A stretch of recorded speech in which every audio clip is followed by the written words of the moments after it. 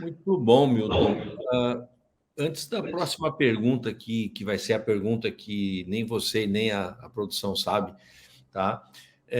Vou fazer uma outra pergunta para você que eu acho que você não sabe. Você sabia que os teus alunos da Facate têm 50% de desconto para comprar livro da Sinopse no site, não? Rapaz, olha que presente, Ricardo. Sabia, não? Não, tu não Não sabia, né? sabia, rapaz. Não sabia. Então, por favor, avisa para o teu pessoal aí da Facate e você que está nos assistindo aí, que for graduando de psicologia, óbvio, né? Tem que estar, né, cursando durante sua compra aí um dos semestres do curso de graduação, você tem 50% de desconto para comprar os livros da Sinopse no nosso site. Foi o jeito que a gente achou, viu, Milton, de fazer com que os seus estudantes tenham acesso à informação, né? Porque senão Maravilhoso. tem que pagar a facul, tem que trabalhar, muitas vezes tem que ajudar em casa e falta dinheiro para comprar livro. Então, se o cinema dá 50%, se o show dá 50%, por que não a editora dar também 50%? Pelo menos nos nossos livros a gente está fazendo a nossa parte. Então, por favor, depois aí pedir para a Eduarda te encaminhar um card aí para você mandar para os teus alunos da Facate Maravilhoso. aproveitarem aí o desconto, tá bom? Poxa, o pessoal vai adorar. O pessoal, quando sabe, adora, viu? O pessoal se diverte comprando depois. Mas, e o pior é que aí teus colegas, as tuas colegas que fazem pós também querem, né? Aí eu falo, ó, você já está fazendo pós, você já está ganhando dinheiro, puxa vida, né? A ideia é. Aí você compra com o cupom aí, o Entrevista 41, aproveita uma outra promoção. Mas, Milton, pergunta fora do card aqui, você, por algumas vezes na nossa conversa, falou nas situações estressoras. Situações estressoras. Dá para ranquear? Existe um ranking aí dessas situações hoje, com a tua experiência, você deve falar muito a respeito disso com outros colegas, com outros profissionais. Existe um ranking hoje dessas situações estressoras? Ricardo, excelente pergunta. Assim, o estresse, né, e as situações estressoras, elas vão depender de algumas variáveis. Nós poderíamos considerar aí o fator percepção e, junto do fator percepção, o fator de análise de recursos para o enfrentamento da situação.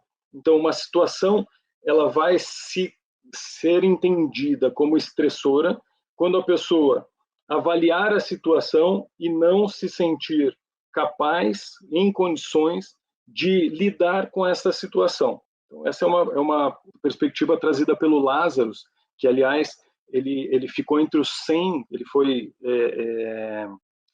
incluído entre os 100 psicólogos mais proeminentes do século XX. O Lazarus com a teoria de coping stress, que coping é traduzido por enfrentamento, a capacidade de enfrentamento do estresse. Então ele vai dizer que quando a gente se depara com uma situação que é estressora, ou seja, que é adversa, né, uma dificuldade, nós temos dois níveis de avaliação. Primeiro é o tamanho do problema. Pô, isso aqui parece um problema grande, ou é um problema grande. Segundo, os recursos que nós temos para enfrentar esse problema.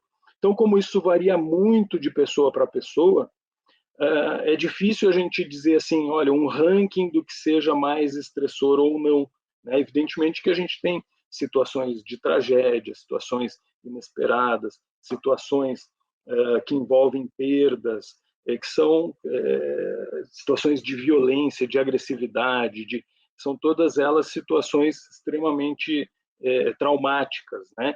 Saindo desse universo de situações mais traumáticas, quando a gente entra num universo mais da margem de percepção e de recursos para enfrentamento, daí a gente vai ter muitas oscilações. E até mesmo a gente pode dizer assim, olha, para uma pessoa, um aperto de mão pode ser estressor. Né? Para uma pessoa, falar em público pode ser estressor, para outra não. Então, a gente vai ter essas variações aí a depender dessas duas questões fundamentais que o Lazarus agrega aí dentro dos estudos sobre o estresse para a gente. Muito bom. E outra coisa que você colocou também durante a nossa conversa foi a questão da ansiedade, né? O mundo está as pessoas estão cada vez mais ansiosas, né? Qualquer coisa é motivo. Dá para prever um futuro com mais estresse, né? Como é que isso vai acontecer? Porque o estresse é uma coisa que na minha época de criança não se falava, não existia a questão, o nome, né? Não se tinha o nome, você poderia até ter o sentimento, mas você não sabia nominá-lo. Hoje a gente consegue identificar, né? E os estudos que vocês fazem vão muito ao encontro dessa validação, desse entendimento. Dá para desenhar que o futuro será de pessoas mais estressadas, ou a gente vai conseguir ter algo para fazer uma prevenção, aí a psicologia vai conseguir, ao longo dessas próximas, sei lá, 5, 10, 20 anos, criar ferramentas para minimizar essa questão? Sabe que é interessante a sua colocação, me faz pensar assim no processo de mais constante de todos, que é a mudança. Então, a mudança é o que há de mais constante na vida. O que não muda é a mudança, né? A gente poderia colocar dessa forma, Ricardo. E cada vez mais nós temos um movimento de mudança mais acelerado, mais rápido, mais imediatista, né? Haja vista pensarmos aí nas questões tecnológicas, nas questões de comunicação, e como que essas questões vão impactando e vão conversando com a experiência humana, como que isso vai mudando a necessidade de adaptação, a necessidade de inserção dentro dos contextos. Então, de certa maneira, a gente vem trabalhando do ponto de vista da psicologia, da psiquiatria, das áreas da saúde, para gerar um manancial aí de recursos que possa favorecer ao controle, à readaptação, à reequilibração, possa favorecer os processos de flexibilidade adaptativa em meio dos temporais, né? O Amir Klink, que é um grande velejador, com diversos livros publicados, ele diz o seguinte: que quando ele estava em mar aberto, enfrentando ondas de 25 metros, ele entendeu o porquê que a vela do veleiro efetivamente tem um ponto de rigidez, mas tem um ponto de flexibilidade, né? Então, quando os ventos de través, que são ventos que vão se atravessando, eles se apresentam, aquela vela ela se mantém fixa, mas ela joga de um lado para que o veleiro ele se ajuste naquele momento e possa reencontrar o equilíbrio.